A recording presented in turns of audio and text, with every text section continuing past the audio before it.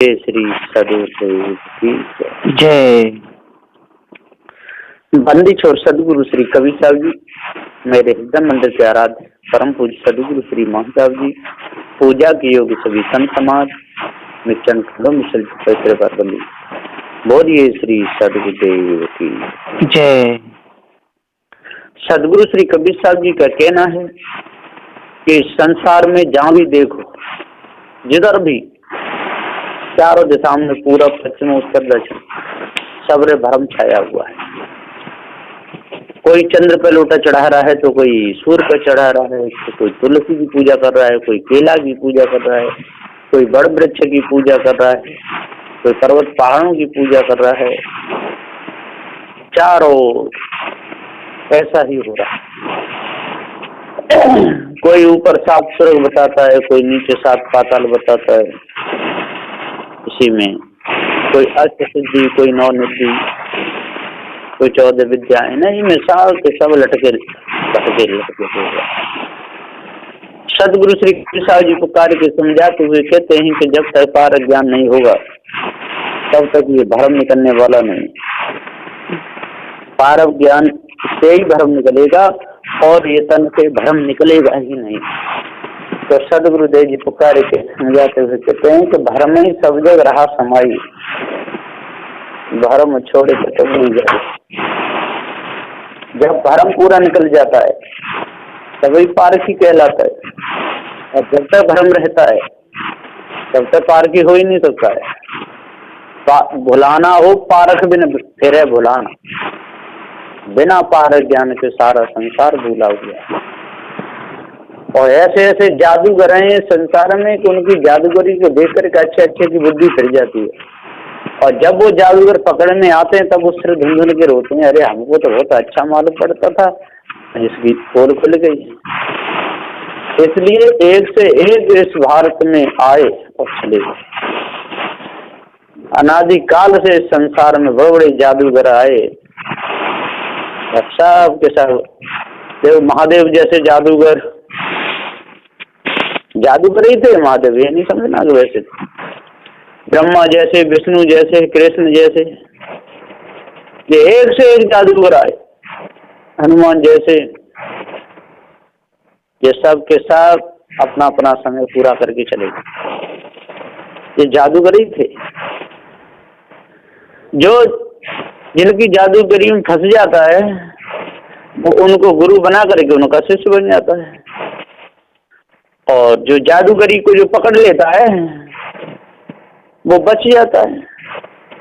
तो उनकी जादूगरी को पकड़ने का तरीका सदगुरु श्री कबीर साहब जी ने बताया, पर लोगों की समझ में कुछ बात नहीं आई।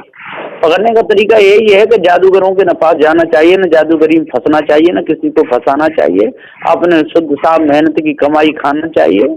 आराम से शाम को रोटी दाल सब्जी खाओ, आराम से सो, और सुबह अपनी मेहनत करो, चाहे खेती करो, चाहे कुछ भी दुकान चलाओ, अपने मस्त फिर साग सब्जी खरीद लो, दाल खूब बनाओ और खाओ। जादूगरी के चक्कर में फंस करके, जादूगरों के चक्कर में फंस करके उल्टे सीधे कर्म करके क्यों जीवन खोना बेकार में। जो तो सारा संसार इसी में फंसा हुआ है। और शरीर तो एक दिन छूटेगा, चाहे जादूगरी में फंस जाए, चाहे जादूगर का बाप बन जाए, चाहे जादूगर को गुरु बना ले, लेकिन शरीर तो जादूगर को भी छोड़ना पड़ेगा, बचेगा नहीं। एक दिन काल के गाल में जाएगा जरूर। गोरखनाथ जैसे नहीं बचे, गोरख जैसा योगी है जग में भैया न कोई, सारा शब्द जाना नहीं, वो भी गया भी कोई। जब गोरखनाथ से तो बड़ा है नहीं जो अवैध जो दुनिया में जो दिखाए रहे हैं कला। गोरखनाथ तो कहीं 14 विद्या निदान थे, और कहीं पर लोप होते थे, कहीं पर आके प्रकट होते थे। ऐसे अभी कोई करके दिखाए थे कितना बड़ा हो, कहीं पर लोप हो, कहीं पर जाके प्रकट हो जाए, ऐसा करके कोई दिखावे।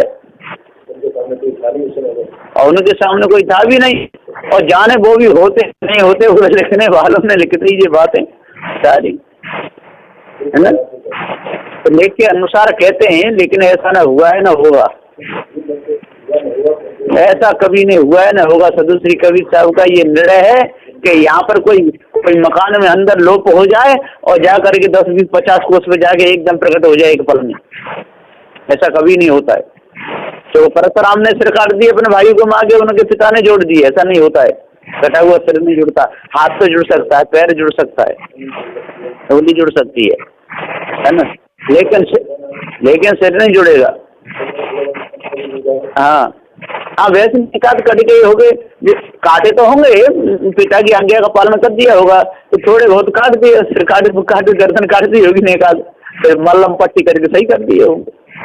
तो बिल्कुल दर से सर अलग हो जाए और फिर जुड़ जाए, ऐसा नहीं होता है ना। कमर से कोई काट दे और फिर जोड़ दे, ऐसा नहीं होता। तो सदुदेव जी पुकार के समझाते हुए कहते हैं होनी हो जाती है, अनहोनी नहीं होती।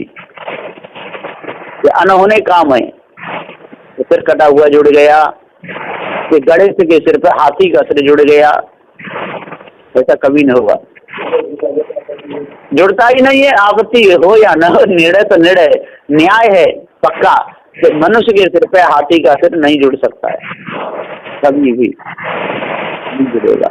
हाथी की सूंड में ही इतना वजन होता है वह बच्चा के में, कि वह बच्चा के गणेश के पूरे शरीर में वजन ना हो, और पेट आगे नहीं वह कछू में निकल जाता, बिल्कुल मांस बिखर जाएगा। हाथी के बच्चा के सिर के मनुष्य बच्चे सिर पर रख दो तो इतना, हाँ इसलिए वो मर जाए, बचता नहीं।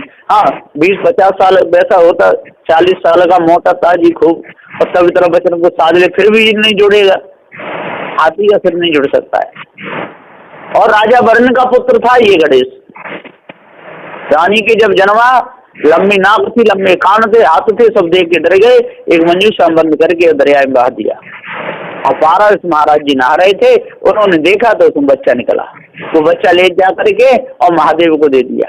9 वर्ष की उम्र में उन्होंने तो युद्ध किया, और फिर महादेव की शादी हुई, तो महादेव की शादी में गणेश खूब नाचा।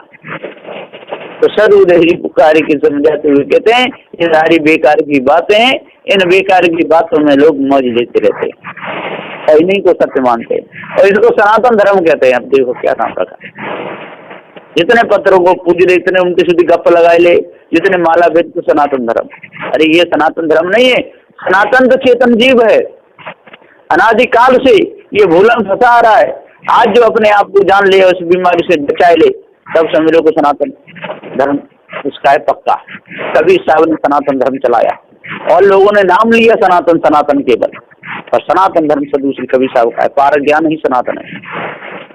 ये चेतन जीव ही अजर अमर अखंड है, और जो सनातन सनातन कहने वाले ये झूठ बोलते हैं, ये दोष लगाते हैं, झूठ बोलने में एक नंबर, और कहते हैं हम सनातनी हैं। पत्थरों की पूजा करते हैं और कहते हैं हम सनातनी हैं। माला पीते हैं, उनके सीधे कर्म करते हैं, हवन करते हैं, बकरी बकराओं को काटते हैं और कहते हैं हम सनातनी हैं। उनको सनातन का ज्ञान ही नहीं है। अनादिकाल से ये चेतन जीव सच घटता छोड़ता चला आ रहा है। सनातन कहते हैं कभी जिसका न अलगान हो, न बिछुआ हो, कुछ भी न हो, समय संबंध को सनातन कहते हैं। सदा से चेतन जीव का ज्ञान और चेतन के समय संबंध है, यही सनातन है, इससे अलग और कुछ भी सनातन नहीं। और जो सनातन को, जो ईश्वर परमात्मा की माला फेर रहे हैं, कह रहे हैं कि हम सनातन धर्म को जानते हैं, सनातनी है, ये झूठ बोलते हैं। इसलिए हे भाई ज्ञानियों, विद्वान हो, 4 वेद 6 7 18 पुराणों के ज्ञाता हो, सनातनी हो, आप वास्तव में सनातनी तो हो ही, क्योंकि आपने 4 वेद 6 7 18 पुराण लिखे, आपने नहीं तो आपके पूर्वजों ने लिखे, बिना सनातन के लिखे ही नहीं जा सकते 4 वेद 6 7 18 पुराण। इसलिए सनातनी तो है, ये वेदों को लिखने वाले, शास्त्रों को लिखने वाले, पुराणों को लिखने वाले सनातनी तो लिखेंगे, है ना। और चेतन जीव नहीं होता शरीर में तो कौन लिखता, मुर्दा तो लिख नहीं सकता है, इसलिए चेतन जीव ही सनातन है। इसलिए अपने आप को जानो और भ्रम भूल कल्पना को बिल्कुल जड़मूल से मिटा दो, और तब आपको शांति मिलेगी। नहीं तो मिथ्या धोखे में पूरा जीवन चला जाएगा, सनातन सनातन हलाते रहोगे, लेकिन सनातन को जान ही नहीं पाओगे। सनातन तो आप स्वयं हो, अपने आप को भूल गए और अपने ऊपर ईश्वर परमात्मा कल्पना की, अपने ऊपर देवी देवताओं की कल्पना कर ली, और धोखे में फंस करके और रोते रहे, चिल्लाते रहे और कहते रहे हम सनातनी हैं। ऐसे कहीं नहीं होते, उसको सनातनी नहीं कहते। जो चेतन पूजा करे, जो गुरु पूजा करे, जो गुरु की आरती करे, जो घर में माता पिता की बात माने, सच्चा चले और सच्ची शिक्षा दे, वो सनातनी। और पत्थरों को पूजता डोले, उन पर दूध भी चढ़ाता डोले, बकरे मुर्गाओं काटता डोले, पत्थरों के नाम पर देवी की बलि चढ़ा दे, उसकी बकरा की बलि देवी पर चढ़ा दे। तो ये सब झूठी बातें हैं, कल्पनाएं, ये सनातन धर्म नहीं है, ये तो सब ढोंग है। इन ढोंगों को जब तक नहीं त्यागोगे तब तक आप सच्चे सनातनी हो ही नहीं सकते। इसलिए तन से, मन से, वचन से, हे साधु संतों, ज्ञानियों, विद्वानों, अपने अपने गुरु की आरती करो, पूजा करो, वंदना करो, तब आपके हृदय के फाटक खुलेंगे और विवेक विचार आपका जागृत होगा, तब आपके हृदय की कालमा फूट निकलेगी और विधि से निकल नहीं सकती है। बोलिए श्री सद्गुरुदेव की जय।